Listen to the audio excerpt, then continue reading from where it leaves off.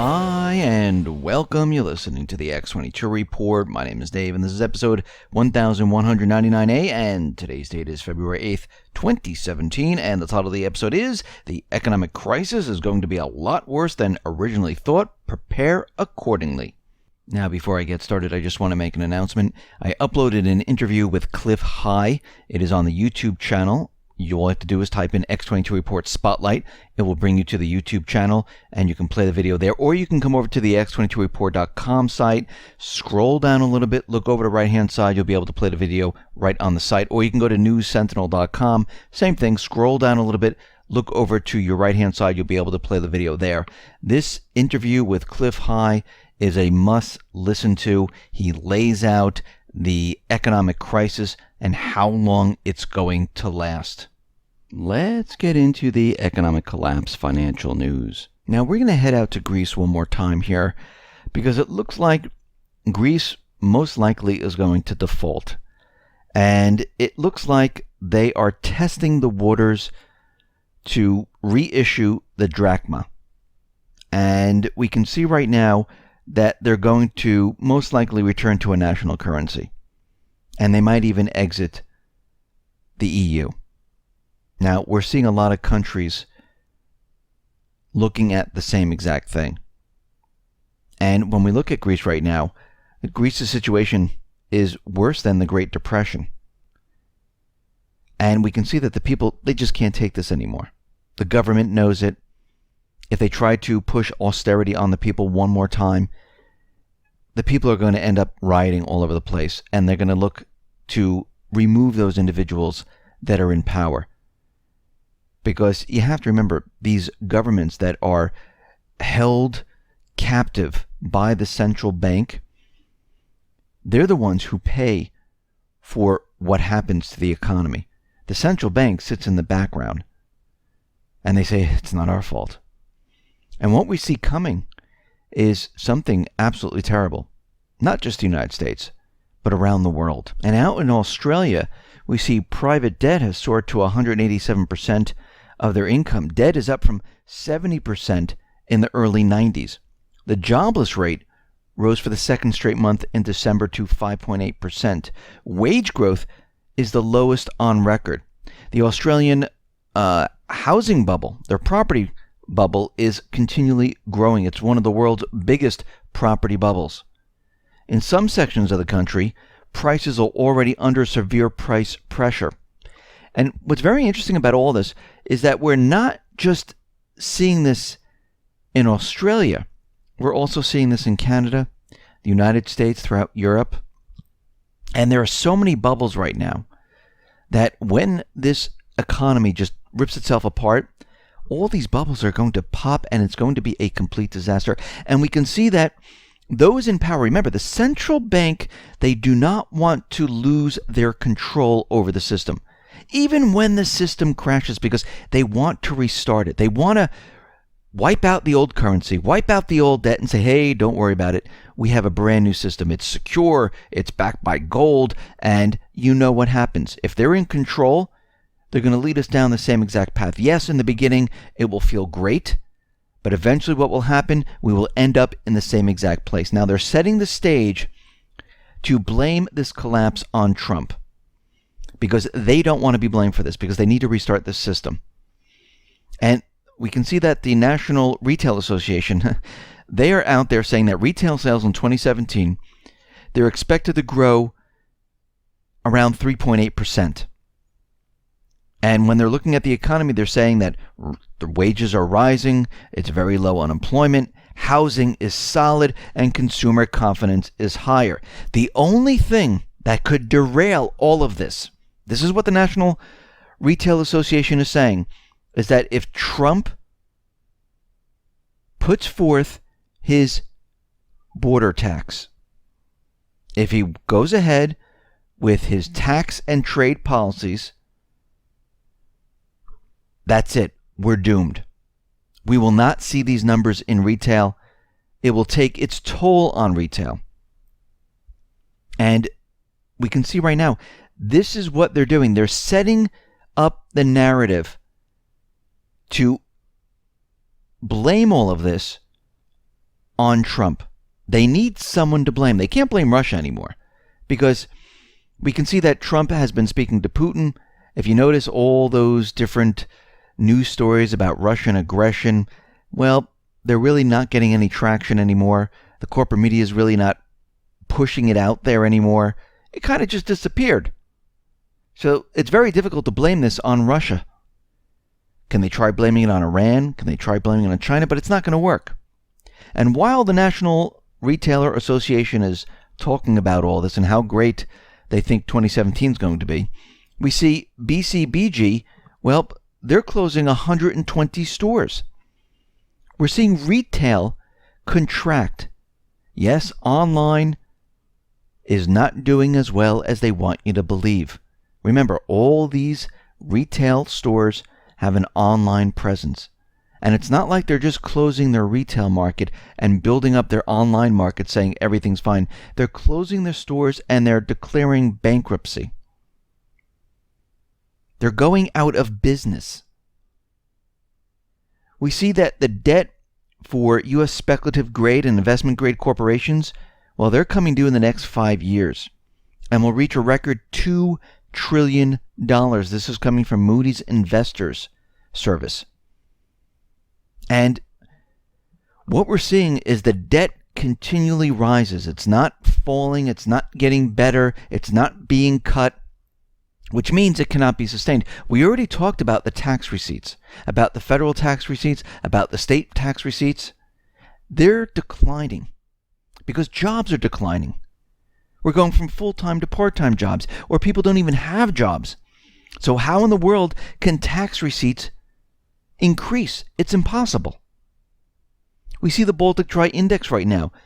It is dropping like a rock. It is down to 702 points. We see that the Department of Justice, well, they're launching a probe of individuals who worked in Deutsche Bank's in the mortgage unit, going all the way back to 2008. And it looks like they're going after individuals right now. Well, seems like it's a little late for this, but does it really matter at this point? Because we're heading towards another major crisis. And this is going to blow 2008 out of the water. And yes, we do need to hold these people responsible. But this should have been done in 2009, 2010, not in 2017. Larry Fink is out there. He's worried about 2 impending crises that he sees for the U.S. He's the CEO of BlackRock. He said we have 2 long-term problems, and they're looming over the U.S. economy. The first is the deficiency of infrastructure, roads, bridges, and more. Well, we know they're completely crumbling and falling apart. We know that the U.S. government, the central bank, well, they haven't been spending any money here in the United States. All that tax revenue that's been brought into the government, it's going for the interest on the loans, and then it's being shipped out to other countries to help them. Here in the United States, letting everything rot. And what we're seeing right now is that he's saying that cities, well, they're not prepared for new technologies whatsoever because we have everything crumbling and falling apart. There's no infrastructure spending going on right now. The second crisis is the pension problem. Dark shadows lurking in many different areas, and pensions, well, they are underfunded, and it looks like eventually what's going to happen is they won't be able to pay out. And we're already seeing this out in Texas. And they're saying that as governments pull back from global trade, well, this is going to have a major problems in the market. Now, Representative Tulsi Gabbard, she is out there. She is calling for the reinstatement of Glass-Steagall. And she is also the one that went out to Syria and spoke to the people and found out what was really happening out in Syria. And she is out there saying that we need to put Glass-Steagall into place. When Glass-Steagall is removed, this is what caused the crisis that we had in 2008. One of the causes. And they're looking to reinstate this. Now, we are approaching a time and period where this economy is going to completely fall apart and break apart. We've been under this illusion for a very long time. And we are approaching a period of time where the economy is going to collapse. The dollar is going to collapse. We're going to see hyperinflation. All those things that we talked about, credit freezing up, your digits disappearing from the bank accounts, not having supplies, having to go to the market and shelves are emptied and products are costing, between $30, $40, $50 for a loaf of bread, or purchasing fuel for, $15, $20 a gallon. Well, that is going to hit.